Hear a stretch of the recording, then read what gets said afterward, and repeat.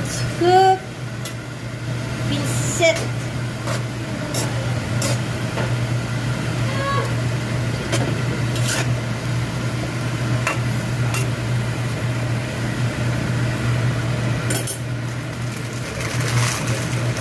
So, nailagay na yung soranghon.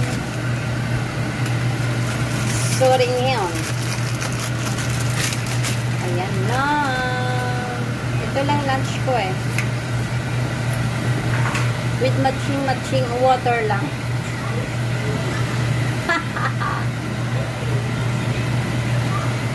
Wait na lang natin maluto.